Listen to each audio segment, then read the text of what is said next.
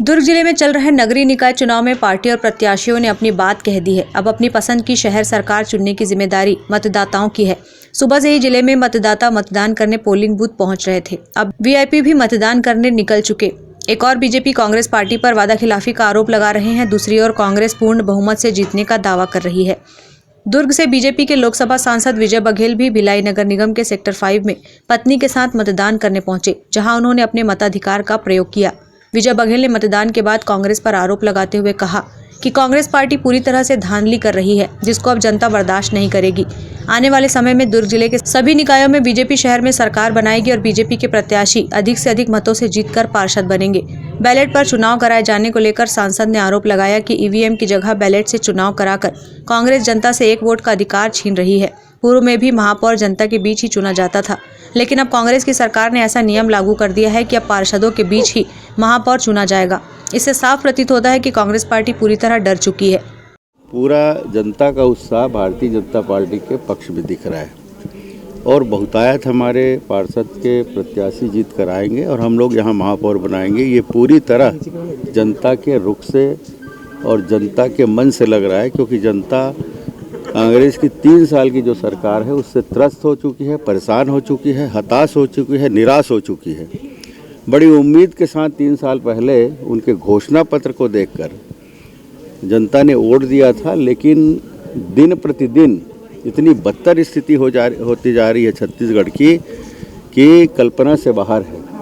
उस दिन को याद कर रहे हैं लोग जब भारतीय जनता पार्टी का शासन था, डॉक्टर रमन सिंह जी की सरकार थी। उस दिन को लोग याद करने लगे। इसलिए हमारी जीत सुनिश्चित है और हमारे सारे के सारे प्रत्याशी लगभग जीत कर आएंगे। जो पुराना जमाना वापस लौटा है, बैलेट से जो वोटिंग चल रही है, क्या यही तो डर है, यही तो भय है इस सरकार का। ये लोग एक तो पहले किए कि डायरेक्ट महापौर का चुनाव सीधी जनता चुनती थी, 2 वोट देते थी जनता, उसको छीन लिए। दूसरी बात जो मशीन है उससे वोटिंग होती थी, उसको बैलेट पेपर में ले आए ताकि हम लोग धांधली कर सकें। अभी बहुत जगह से शिकायत आ रही है कि स्याही फीकी है। अभी मेरी मिसेस ही बोल रही है कि स्याही फीकी है। तो इस तरह के जो बहुत सारे वारदात दिख रहे हैं और जो कांग्रेस के लोग जिस तरह गुंडागर्दी कर रहे हैं वो बूथों में, उससे साफ प्रतीत होता है ये लोग खींच निकाल रहे हैं और ये लोग डरे हैं, सहमे हैं। हम लोग भी 15 साल सरकार में थे, लेकिन कभी भी इस तरह के वाहियात हरकत हमारे लोग नहीं करते थे। हम लोग खुद स्वयं होकर मना करते थे। जो क्या मतदान में इस तरह की कोई गड़बड़ी हो सकती है बैलेट से? गड़बड़ी होने की पूरी संभावना है और हम लोग पूरी तन्मयता से और पूरे लोग हम लोग एकजुट होकर इसमें हम लोग लगे हुए हैं कि कहीं कोई गड़बड़ी ना हो। हम तो आप सबसे पत्रकारों से, हम मीडिया से भी हम चाहेंगे कि आपकी भी बारीक नज़रें जो हमेशा से रही है, आप लोग बहुत जागरूकता से हर खबर को यहाँ दे रहे हैं, गुना निर्भीकता से, उसी तरह इस चुनाव को भी आप सब अंतिम समय तक निगरानी रखें, ये मेरा निवेदन है। वहीं भिलाई नगर विधायक और कांग्रेस नेता देवेंद्र यादव अपने परिवार के साथ वोट डालने पहुंचे, जहां उन्होंने अपने मताधिकार का प्रयोग किया और आम जनता से अधिक संख्या में पोलिंग बूथ तक जाकर वोट डालने की अपील की। वहीं देवेंद्र यादव ने कहा कि 5 साल महापौर रहते जो हमने निकास कराए थे, उस पर हमें पूरा भरोसा है और जनता एक बार फिर शहर में कांग्रेस की सरकार बनाएगी।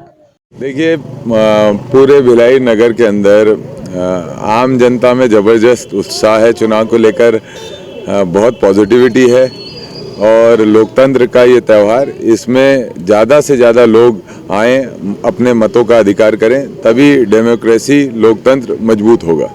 क्या स्थिति है भिलाई नगर निगम के साथ साथ जिले के 4 निकायों में चुनाव है, कांग्रेस को कहाँ खड़ा पाते हैं? भिलाई नगर निगम में और बाकी और अन्य जो चुनाव हो रहे हैं दुर्ग जिले के अंदर, सभी जगह हम पूर्ण बहुमत से आएंगे और भिलाई नगर निगम में कांग्रेस की समर्पित सरकार बनेगी शहर की। 100% हम लोग पूर्ण बहुमत से चुनाव जीत कर आएंगे। ग्रैंड न्यूज़ के लिए अतुल शर्मा की रिपोर्ट।